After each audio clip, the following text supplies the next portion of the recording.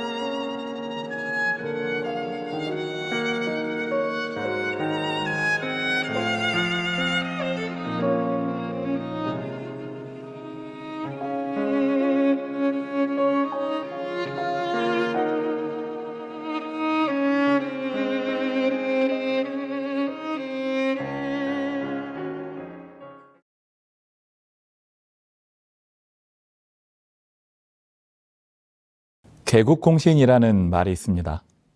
나라를 건국하는 데 있어서 큰 공헌을 한 사람을 가리키는 말인데요. 우리가 역사를 읽으면서도 또 그 역사를 다룬 영화나 드라마를 보면서도 느끼게 되는 것이지만, 여러분, 누군가가 왕이 되기 위해서는 스스로의 힘만으로는 불가능합니다. 그의 곁에 뛰어난 조력자가 있어야만 권력을 가질 수 있는 것이죠. 그렇기 때문에 결국은 그 상황에서 최고의 정치력을 발휘하는 사람이 그 자리를 차지하게 되어 있습니다. 사람을 움직이고 상황을 바꿀 수 있는 능력을 가진 사람, 모든 조건을 자신에게 유리한 것으로 바꿀 수 있는 사람, 이런 정치력을 가진 사람이 한 나라를 무너뜨리고 새 시대를 열게 되는 것이죠. 그렇기 때문에 어떤 사람이 최고의 자리에 오르게 될 때는 자의든 타의든 그 일에 가장 많이 협조한 사람이 있을 수밖에 없게 되는 것입니다. 이런 사람들이 바로 개국공신인 것이죠. 새 시대가 열리면 이런 사람들은 대체로 왕의 가장 가까운 곳에 머무르면서 권력을 나누게 됩니다. 쉽게 말해서 왕의 오른팔과 왼팔이 되는 거죠. 그런데 어떤 경우에는 이런 사람들이 매몰차게 버려지기도 합니다. 토사구팽, 토끼 사냥이 끝나면 사냥개를 삶는다는 끔찍한 표현처럼 목적을 위해서 이용당하고 그 일이 끝나면 버려지는 그런 일이 생기기도 한다는 것이죠. 도움이 필요해서 그 사람의 손을 잡기는 했는데 그와 권력을 나누고 싶지는 않기 때문에 벌어지는 일들입니다. 그래서 최고의 자리 주변에는 항상 권력투쟁이 있을 수밖에 없습니다. 권력이라는 하나의 대상을 놓고 여러 욕망이 맞물려 돌아가는 지점이 바로 최고의 권력이 자리 잡은 바로 그곳이기 때문입니다. 오늘 우리가 나눌 말씀은 하나의 권력투쟁에 대한 이야기로 시작됩니다. 그런데 사실 이 권력투쟁 하면 세상에서 일어나는 일이라는 인상이 강하죠. 하나님을 모르는 사람들, 자신의 본능에 따라 살아가는 사람들이 만들어내는 그런 일들로 생각하기 쉽습니다. 그런데요, 만약 예수님의 말씀을 잘 듣는 사람이라면, 그리고 그 말씀에 감동한 사람이라면 이런 권력투쟁에 빠져들 수 있을까요? 분명 쉽지 않을 것입니다. 그런데 그 어려운 일을 해낸 사람들이 있습니다. 세베대의 아들 야고보와 요한이 주께 나와 여짜오되, 선생님이여, 무엇이든지 우리가 구하는 바를 우리에게 하여 주시기를 원하옵나이다. 이르시되, 너에게 무엇을 하여 주기를 원하느냐? 여짜오되, 주의 영광 중에서 우리를 하나는 주의 우편에 하나는 좌편에 앉게 하여 주옵소서. 우리에게도 잘 알려진 말씀인데요. 우리는 흔히 이 말씀을 읽을 때 이 두 사람이 굉장히 이기적인 마음으로 이런 일을 했을 것이라고 생각해 버리기 쉽습니다. 그런데요, 증언의 말씀은 이 두 사람의 동기가 우리의 예상과는 살짝 다른 것이었다고 설명하고 있습니다. 그들은 그분과 같이 있기 위하여 집과 친구를 즐거이 버렸으며 그분과 같이 동행하고 담화하였으며 은밀한 가정에서나 공중 회집에서나 늘 그분과 같이 있었다. 마침내 그들은 열렬한 사랑으로 그분의 나라에서 그분과 가장 가까이 있기를 열망하였다. 가능한 한 모든 기회에 요한은 구주의 바로 옆자리를 차지하였고 야고보는 구주와 가장 가까운 연결로서 영예를 누리고자 갈망하였다. 비록 이 사랑이 인간이란 통로를 통하여 세속적인 요소로 더러워졌지만 그것은 그분의 구속하시는 사랑의 샘에서 넘쳐 나오는 것이다. 물론 그들의 이러한 시도에는 이기적인 욕망이 있었습니다. 하지만 그 마음의 밑바닥에는 주님에 대한 사랑이 있었다라는 것이죠. 그리고 그 사랑은 바로 주님께서 그들에게 베풀어 주신 사랑에서 비롯된 것이었음을 우리는 알게 되는 것입니다. 그런데요, 우리는 이미 이와 비슷한 장면을 봤던 기억이 있습니다. 이때로부터 예수 그리스도께서 자기가 예루살렘에 올라가 장로들과 대제사장들과 서기관들에게 많은 고난을 받고 죽임을 당하고 제3일에 살아나야 할 것을 제자들에게 비로소 나타내시니 베드로가 예수를 붙들고 항변하여 이르되 주여 그리 마옵소서 이 일이 결코 주께 미치지 아니하리이다. 자, 이때의 베드로의 마음이 어땠었다고 우리는 기억하고 있습니까? 누구보다도 예수님을 사랑하는 마음이었습니다. 내 스승님이 억울하게 죄인 취급받으시면서 죽는 것은 견딜 수 없다는 생각이, 그 사랑이 그의 마음속에 있었다라는 거죠. 그런데 아시는 것처럼 베드로가 한 그 일은 오히려 예수님이 반드시 가셔야 하는 길을 막아서는 일이 되고 말았습니다. 베드로는 진심으로 예수님을 사랑하였으나 사탄이 그의 사랑을 이용하여 예수님을 방해하려 했던 것입니다.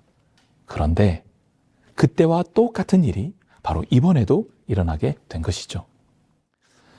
인자가 대제사장들과 서기관들에게 넘겨짐에 그들이 죽이기로 결의하고 이방인들에게 넘겨주겠고 그들은 능욕하며 침뱉으며 채찍질하고 죽일 것이나 그는 3일 만에 살아나리라 하시니라. 세베대의 아들 야고보와 요한이 주께 나와 여짜오되 선생님이여 우리를 하나는 주의 우편에 하나는 좌편에 앉게 하여 주옵소서. 10 제자가 듣고 야고보와 요한에 대하여 화를 내거늘. 자, 오늘 우리가 읽었던 본문을 조금 이렇게 앞뒤로 확장한 그런 내용인데요. 보시는 것처럼 이번에도 같은 상황이라는 것입니다. 본문을 보면 33절과 34절의 내용처럼 예수님께서 자신의 고난과 십자가가 가지는 의미에 대해서 매우 중요한 말씀을 주셨습니다. 그런데 이번에도 이 야고보와 요한 때문에 제자들이 온전히 이 말씀을 이해하지 못하도록 방해하는 일이 벌어지고 있다라는 것이죠. 야고보와 요한이 주님께 좋은 자리를 청탁하는 일이 일어나고 이 소식을 전해 듣게 된 제자들 사이에 또 한 번 싸우는 일이 분열이 일어나게 되는 것입니다. 결국 이번에도 사탄이 베드로를 통해 그랬던 것처럼 요한과 야고보의 마음속에 있는 예수님에 대한 애정을 이용해서 예수님의 하시는 일을 막아서고 있는 것입니다. 주님은 간절한 마음으로 자신의 십자가와 고난에 대한 깊은 교훈을 지금 제자들에게 전하고자 하시는데 사탄은 그들을 이용하여 교묘하게 제자들의 관심을 다른 곳으로 돌려버리고 있다라는 것입니다. 흔히들 사랑하게 되면 이기적이 된다고 말합니다. 사랑하면 소유하고 싶어진다라고도 말하죠. 그래서 어떤 경우에는 그 감정이 지나쳐서 그 사람에게 피해를 줘서라도 그를 소유하려 하기도 합니다. 바로 이러한 욕망 때문에 시작된 여러 끔찍한 범죄들의 사례를 우리는 이미 알고 있는 것이죠. 하지만 이런 것들은 하나의 집착이나 소유욕이지 사랑이 아닌 것입니다. 왜냐하면 통제되지 않은 애정은 진짜 사랑이라 말할 수 없기 때문입니다.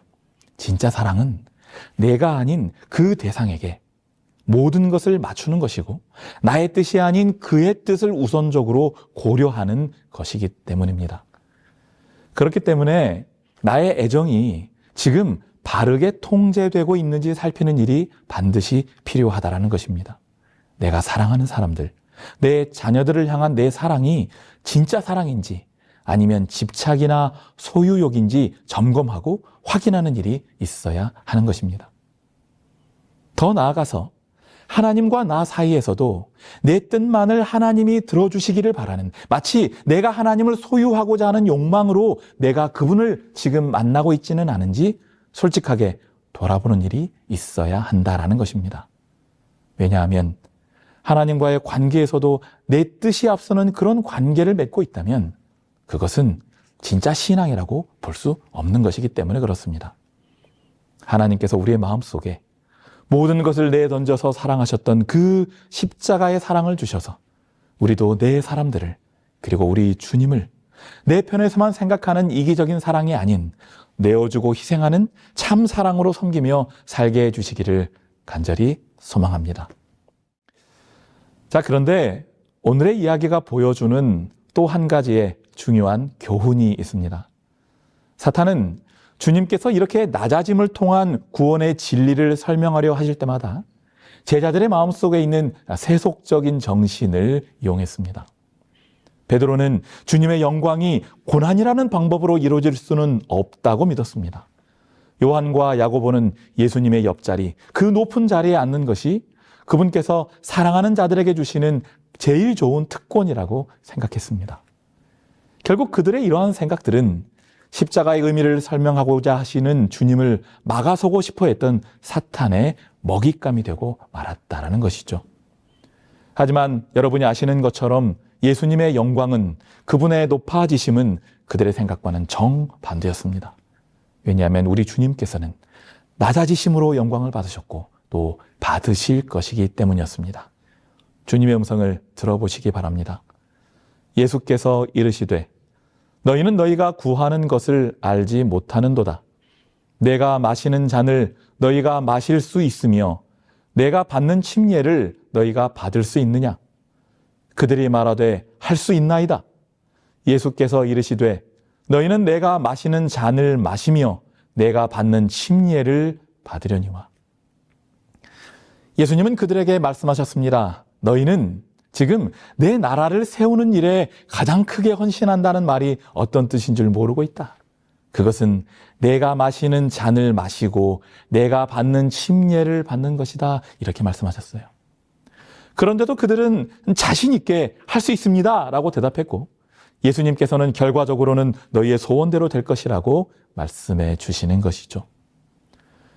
그들은 시련과 고통을 표시하는 그분의 신비스러운 말씀이 회상되었지만 자신 있게 할 수 있나이다 라고 대답하였다.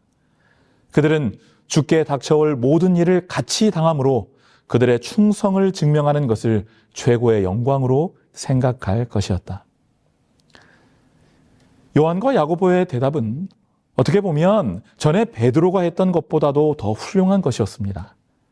앞서 읽은 대로 그들은 예수님의 이 말씀이 시련과 고통을 나타내는 것임을 어렴풋이 알았지만, 우리는 예수님이 가시는 길이라면 어떤 길이든 주님과 함께 걸어가는 것이 최고의 영광이라고 대답했기 때문에 그렇습니다. 여전히 그들은 주님에 대한 사랑 때문에 이렇게 대답할 수 있었던 것이죠. 그리고 그 일은 이루어졌습니다. 그분 앞에는 보좌 대신에 십자가가 있을 것인데 그분의 오른편과 왼편에는 두 악인이 같이 십자가에 달릴 것이다. 야고보와 요한은 주님과 같이 고통을 나누어야 했으며, 야고보는 형제들 중에 첫째로 칼에 맞아 죽을 것이었고, 요한은 고통과 비난과 핍박을 형제들 중 가장 오래 받을 것이었다. 결국 예수님께서는 내 좌우편에 앉는다는 것은 내가 십자가에 달릴 때 좌우에서 함께 죽게 될 두 명의 강도가 있을 것처럼 내가 달리게 될 십자가의 좌우편에 너희가 함께 매달리게 되는 것이라고 분명하게 말씀하셨던 것입니다. 결국 주님께서는 사탄이 제자들의 이 연약함을 이용하여 만든 이 상황까지도 이용하셔서 그들이 삶을 마치는 순간까지도 잊을 수 없는 놀라운 교훈을 전해 주신 것입니다. 십자가가 바로 우리 주님의 영광이었으므로 너희들이 그 영광에 참여하는 것은 십자가에 참여하는 것이다 라는 사실을 분명하게 말씀해 주셨던 것이죠. 하지만 예수님은 중요한 한마디를 덧붙여 주십니다. 이르시되 너희가 과연 내 잔을 마시려니와 내 좌우편에 앉는 것은 내가 주는 것이 아니라 내 아버지께서 누구를 위하여 예비하셨든지 그들이 얻을 것이니라. 그런데 시대의 소망은 방금의 이 말씀을 이렇게 풀어서 설명하고 있습니다. 하나님 나라에서의 지위는 정시를 통하여 얻어지는 것이 아니다. 이것은 획득하는 것도 아니요, 독단적인 증여를 통하여 받을 수 있는 것도 아니다. 이것은 품성의 결과이다. 면류관과 보좌는 달성된 상태의 증거이며 이것들은 우리 주 예수 그리스도를 통하여 자아를 극복한 증거이다. 분명히 주님의 옆자리를 차지하는 자가 있을 것이지만 그것은 청탁으로 얻는 것도 아니고 자격 없는 자들에게 주어지는 특혜도 아니라고 말씀하시는 것입니다. 예수 그리스도와 함께 죽고 고난을 당한 결과로 얻어지는 하나의 달성된 상태, 평생의 과정을 통해 얻어지는 최종 결과라고 이야기하고 있는 것이죠. 이처럼 예수님께서는 분명하게 자신의 좌우편에 앉는다는 것이 무엇을 의미하는 것인지 가르쳐 주셨습니다. 아마 누구보다도 간절하게 그 자리를 원했던 요한과 야고보에게 이 교훈은 뼛속 깊이 새겨지는 그러한 교훈이었을 것입니다. 그랬던 요한이었기에 그의 인생의 막바지에 이르러 반모섬에서 듣게 된 이 말씀은 그에게 더 큰 의미로 다가왔을 것입니다. 이기는 그에게는 내가 내 보좌에 함께 앉게 하여 주기를 내가 이기고 아버지 보좌에 함께 앉은 것과 같이 하리라. 다른 사람도 아닌 사도 요한이었기 때문에 그는 그 이긴다는 말의 의미가 무엇인지 정확하게 알았을 것입니다. 세상의 권력자들처럼 자리를 놓고 싸워서 얻어내는 그러한 성취가 아니라 십자가를 지고 그리스도의 고난에 동참하여 그분의 승리에 참여하는 자로서 얻는 특권임을 그는 분명히 알고 있었을 것이라는 거죠. 그리고 이러한 소망은 단지 사도 요한의 것만은 아니었습니다. 역시 주님을 위하여 고난의 십자가를 지고 평생을 걸었던 사도 바울 역시 그의 인생을 마무리하면서 그의 소망이 바로 이것이었음을 고백했습니다. 전제와 같이 내가 벌써 부어지고 나의 떠날 시각이 가까웠도다. 나는 선한 싸움을 싸우고 나의 달려갈 길을 마치고 믿음을 지켰으니 이제 후로는 나를 위하여 의의 면류관이 예비되었으므로 주 곧 의로우신 재판장이 그날에 내게 주실 것이며 내게만 아니라 주의 나타나심을 사모하는 모든 자에게 도니라. 성공한 사람에게는 보상이 주어지지만 승리한 사람에게는 면류관 상급이 주어진다. 성공한 사람에게 주어지는 것에 비하면 승리한 사람에게 주어지는 면류관은 초라하고 보잘것없어 보인다. 그래서 사람들은 승리보다 성공을 더 바란다. 그러나 사람들은 성공한 사람보다 승리한 사람에게 더 뜨거운 박수갈채를 보낸다. 하나님도 그러실 것이다. 세상 사람들은 성공을 추구하지만 하나님의 사람들은 승리를 추구한다. 성공보다 값진 것이 승리다. 하나님이 사용하신 사람들은 모두 성공한 사람들이 아니라 광야를 지나면서 승리했던 사람들이다. 요한과 야고보는 주님에 대한 사랑과 성공에 대한 욕망이 섞인 마음으로 주님께 나갔습니다. 하지만 주님께서는 그들이 가야 할 길이 그리고 가게 될 길이 어떤 길인지를 분명하게 가르쳐 주셨죠. 바로 십자가의 길이었습니다. 하지만 그 길은 예수님께서 십자가를 통해 영광을 받으셨던 것처럼 함께 그 길을 걷는 자들에게도 영광이 약속된 그 길이었습니다. 그렇기 때문에 그 길을 함께 걷는 자들에게는 예수 그리스도의 승리가 그들의 것이 되는 축복이 주어지게 된다는 것이죠. 이 땅에 사는 많은 사람들이 성공을 꿈꿉니다. 성공이 인생의 목적이 되어 있습니다. 하지만 하나님께서는 우리에게 성공이 아닌 승리를 위해 살라라고 말씀하십니다. 매일 만나는 영적인 싸움에서 승리하는 사람, 그리스도와 함께 십자가에 달려 죽고 예수님을 닮은 성품으로 다듬어져 가는 사람, 바로 그런 사람이 하늘 보좌의 주인이라고 말씀하시는 것이죠. 그리스도에게 가장 가까이 설 사람은 이 땅에서 그리스도의 자기 희생적인 사랑, 즉 자랑하지 아니하며 교만하지 아니하며 자기의 유익을 구치 아니하며 성내지 아니하며 악한 것을 생각하지 아니하는 사랑, 마치 우리 주님을 움직였듯이 제자들로 하여금 인간을 구원하기 위하여 죽기까지 모든 것을 주고 생애하고 수고하고 희생하게 한 사랑의 정신을 가장 깊이 체득한 자들이 될 것이다. 분명히 증언의 말씀은 주님께 가장 가까이 설 사람은 예수님의 희생적인 사랑을 경험한 자들이라고 말씀하고 있습니다.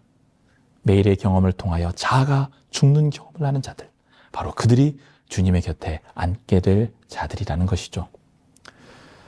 자, 그렇다면 왜 이러한 자기 희생이 하나님 보좌 옆자리를 위한 자격이 되는 것일까요? 그것은 바로 이러한 희생이 하나님 나라의 통치 원리이기 때문에 그렇습니다. 그리고 바로 이 원리가 이 땅에서 시작된 하나님 나라에 속한 자들의 행동 방식이 될 것이기 때문에 그렇습니다. 그리스도는 제자들 중에서 모든 면에서 돌보는 사람이었으며 짐을 지는 사람이었다. 그분께서는 제자들과 빈곤을 나누셨고 제자들을 위하여 극기하셨으며 더욱 어려운 곳을 평탄하게 하기 위하여 저들보다 앞서 가시고 미구에 당신의 생명을 버리심으로 지상에서 당신의 사업을 마치실 것이었다. 예수께서 행하신 이 원칙은 당신의 몸된 교회의 교인들이 행해야 할 원칙이다. 구원의 계획과 기초는 사랑이다. 그리스도의 나라에서 가장 큰 사람은 그분께서 끼치신 모본을 따르고 그분의 양무리의 목자로 일하는 사람이다.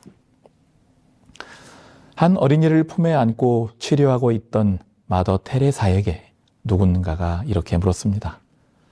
혹시 당신은 잘 사는 사람, 평안하게 사는 사람, 특히나 이렇게 높은 자리에서 살아가는 그런 사람들을 볼 때 시기심이 생기지는 않으십니까? 이런 삶에 만족하십니까? 그때 그녀는 이렇게 대답했습니다. 허리를 굽히고 사는 사람에게는 위를 쳐다볼 수 있는 시간이 없습니다. 이 땅에서 사람들이 가장 좋아하고 중요하게 생각하는 것은 숫자가 아닌가 하는 생각이 듭니다. 가진 돈의 액수로, 재산의 숫자로, 그리고 하나의 점수로 그 사람이 평가되기 때문이죠. 숫자가 높을수록 많을수록 성공한 사람이라는 것이 이 세상의 상식입니다. 아마 하늘에서 우리를 맞으시면서 면류관을 들고 계신 우리 주님께서도 우리에게 아마 하나의 숫자를 묻기는 하실 것입니다. 그런데요, 우리 주님께서는 우리에게 우리가 이 땅에서 얼마짜리 집에 살았는지, 얼마짜리 차를 탔는지 묻지 않으실 것입니다. 네가 몇 사람을 이겼느냐라고도 묻지 않으실 것입니다. 그렇기 때문에 우리가 이 땅에서 언제나 자랑하기 좋아했던 그 말들은 아마 그때는 쓸모가 없을 것이에요. 대신에 주님께서는 이렇게 물으실 것입니다. 너는 몇 사람을 전심으로 섬겼느냐? 성경 공부를 하면서 그리스도인으로 산다는 것이 무엇이냐고 묻는 질문을 받을 때마다 저는 항상 이 말씀으로 대답을 하곤 합니다. 내가 그리스도와 함께 십자가에 못 박혔나니 그런즉 이제는 내가 사는 것이 아니요 오직 내 안에 그리스도께서 사시는 것이라. 이제 내가 육체 가운데 사는 것은 나를 사랑하사 나를 위하여 자기 자신을 버리신 하나님의 아들을 믿는 믿음 안에서 사는 것이라. 방금 주신 말씀처럼 그리스도인으로 산다는 것은 나는 죽고 예수로 사는 것을 의미합니다. 그런데 우리 안에 예수님이 사시게 될 때에 주님께서는 우리의 삶을 자신이 그리하셨던 것처럼 사랑으로 모든 사람들을 위해 자신을 내어주는 그런 희생과 헌신으로 살게 하실 것입니다. 그렇기 때문에 진짜 그리스도인들은 세상과는 다른 모습으로 사는 자들이 될 수밖에 없는 것이죠. 세상에서 큰 사람은 그의 자아를 최대한으로 발휘할 수 있는 사람입니다. 원하는 건 무엇이든 할 수 있고 심지어는 다른 사람들에게 생각까지도 강요할 수 있는 힘을 가진 사람들이 바로 세상에서 큰 사람들로 생각되죠. 하지만 하늘에서 큰 사람은 다른 사람들의 생각에 나의 자리를 내어주는 사람입니다. 예수님처럼 심지어는 그것이 나의 귀한 목숨이라 할지라도 내어주는 사람이 바로 하늘에서 큰 사람이라는 것입니다. 여러분은 어디에서 큰 사람으로 살기 원하십니까? 이 땅에서의 큰 사람이 아니라 예수님처럼 낮아짐을 통하여 하나님의 나라에서 큰 사람으로 살아가는 주의 자녀들 되기를 바라면서 오늘의 말씀을 마치겠습니다.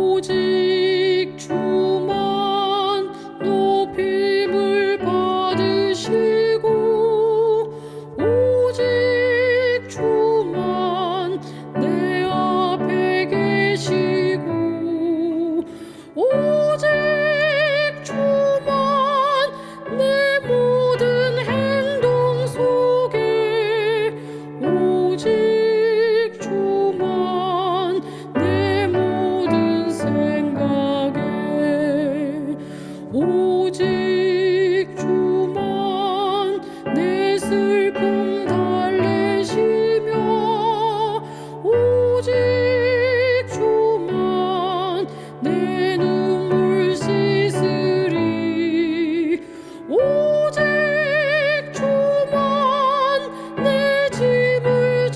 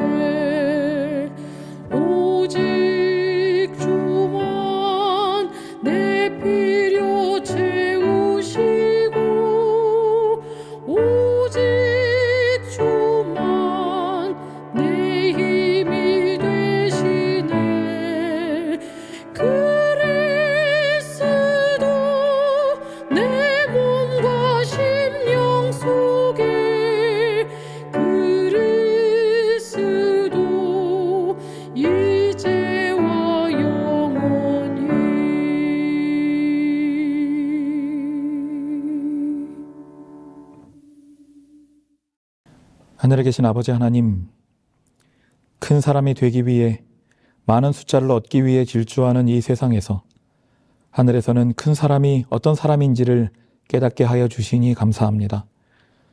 우리가 그리스도인이라는 이름을 가진 사람답게 주님께서 그리하셨던 것처럼 남을 위해 나를 내어주는 사랑의 사람, 밟고 일어선 사람들의 숫자가 아니라 섬기는 사람들의 숫자로 평가되기를 기뻐하는 사람으로 살게 하여 주시옵소서.